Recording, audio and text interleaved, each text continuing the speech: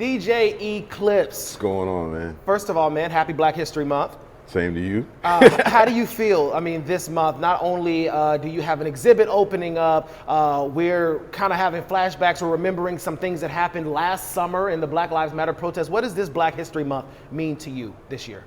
It means a lot as far as just, recognizing Black History Month, but then also for some of us, Black History Month is every month. Just this whole process of ever since the protests and everything else, I've just been engaged in this constant, conversation about, Black lives and the impact that everything is having. So for me, it's like February is Black History Month, but it's been a continuing process for me, really. And with that engagement, like we just said, we're here today because you have a new exhibit that is opening up. How do you feel about that? Voices, tell me a little bit about the experience. Voices just basically is the reason why I called it that is because, not all the people involved in the protest will have the opportunity to have an interview like this or be exposed to a media outlet or even for someone to ask them their opinion or how they feel about stuff. So for these photos to basically continue that conversation for them is really what the whole point of it was. And because everyone's voice matters. A lot of people with social media nowadays, they feel like, well, if I don't have a blue check mark, my voice doesn't matter. If I don't have this many followers, my voice doesn't matter. And so they kind of like fade themselves to black, but it's like really everyone's voice is equally as important.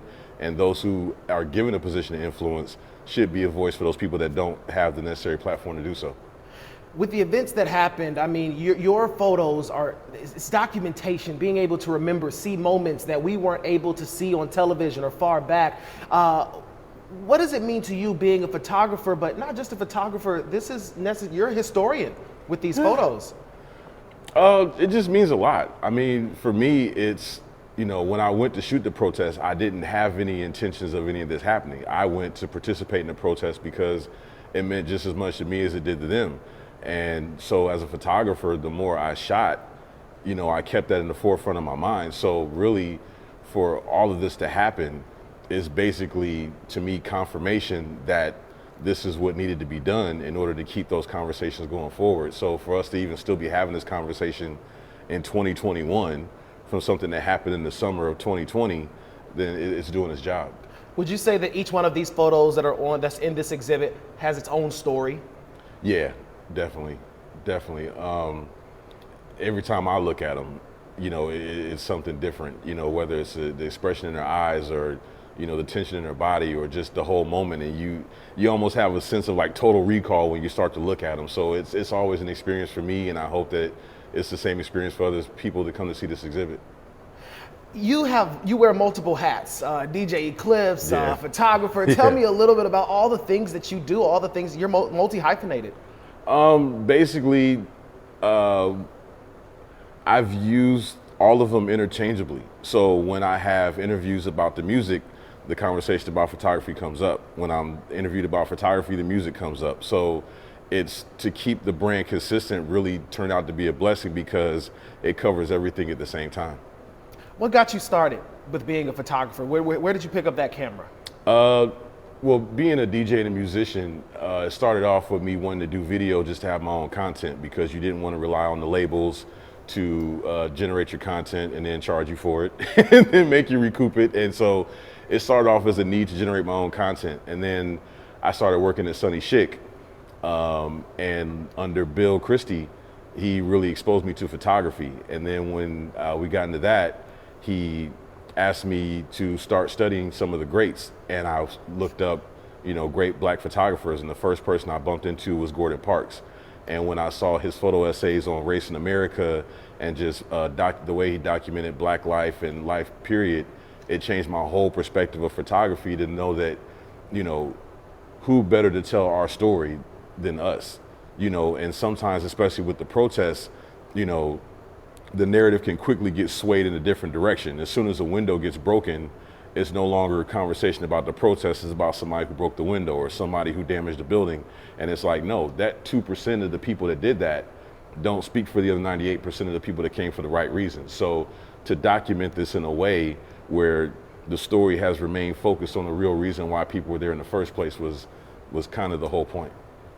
What do you believe that this exhibit, for the next month or so that it's open, what do you believe, or what would you like for this exhibit to do for the citizens who come by here in Fort Wayne? What do you want them to take away from this exhibit? I want them to, one, come see the exhibit and realize that a lot of people showed up downtown to emphasize that Black Lives Matter, to emphasize that, you know, everyone deserves justice, everyone deserves a fair shot, everyone deserves to feel the need that their life matters.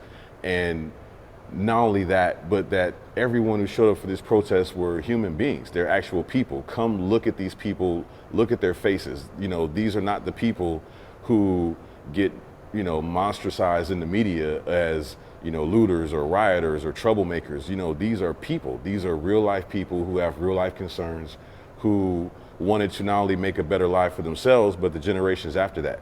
You know, these protests and everything and every conversation that we have, this doesn't just affect us. It affects, you know, our children, our grandchildren, and future generations beyond that.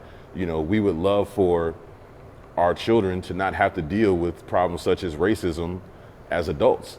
So this is necessary. So not only that, but then also to come and support the local arts.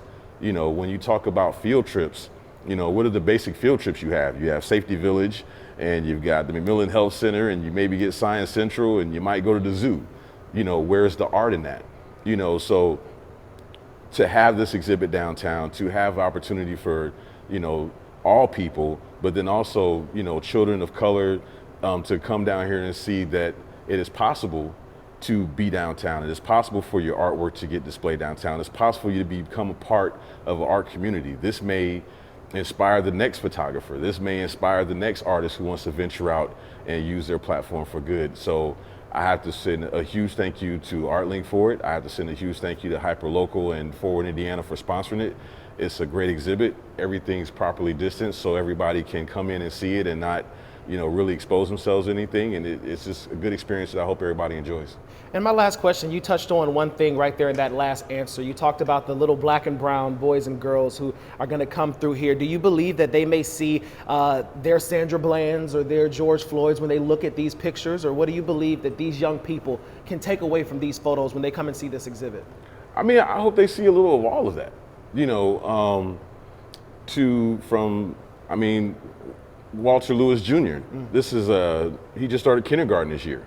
So you're talking about from someone as young as a kindergartner all the way to a senior citizen is displayed throughout this exhibit. So everyone's going to find someone in their age group or their demographic that they can relate to. Yeah. It's not just all photographs of black people. There's white people. You know what I mean? There's a wide representation of people because our city showed up in massive numbers to say that this matters. And that's what's going to really help propel things forward, is that it can't just be a black conversation. It has to be an all of us conversation, you know, because I think we've been speaking about this enough on our own. So if we can extend that conversation to have other races go, you know what, this has been overdue and this really needs to be addressed, then that's what I really hope people take away from it.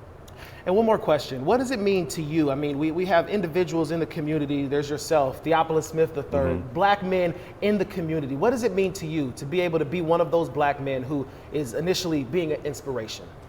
I mean, it's a privilege. You know, it's the whole thing with, you know, great power comes great responsibility. And I said this on my social media last week, that the whole point of influence is to be able to be an influence to others. You know, it's not just about collecting followers and getting fans and all that other stuff. It's like, okay, now that you've been given a platform, use that platform, excuse me, to make someone else's life better, to make someone else's conversation easier. If you're not doing that, then why do you have influence? What are you here for? You're just really in the way.